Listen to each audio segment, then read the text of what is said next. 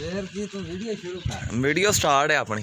अच्छा अच्छा इधर बंदा बंदा बह गया। हाँ इधर बंदा बैठ गया तो डालेगा अगली साइड पे होगा। नहीं उधर फिर की करना है साइड पे खलोना है। ओथे खलोएंगे ना उस जगह पे। इथों पूरी आएगी।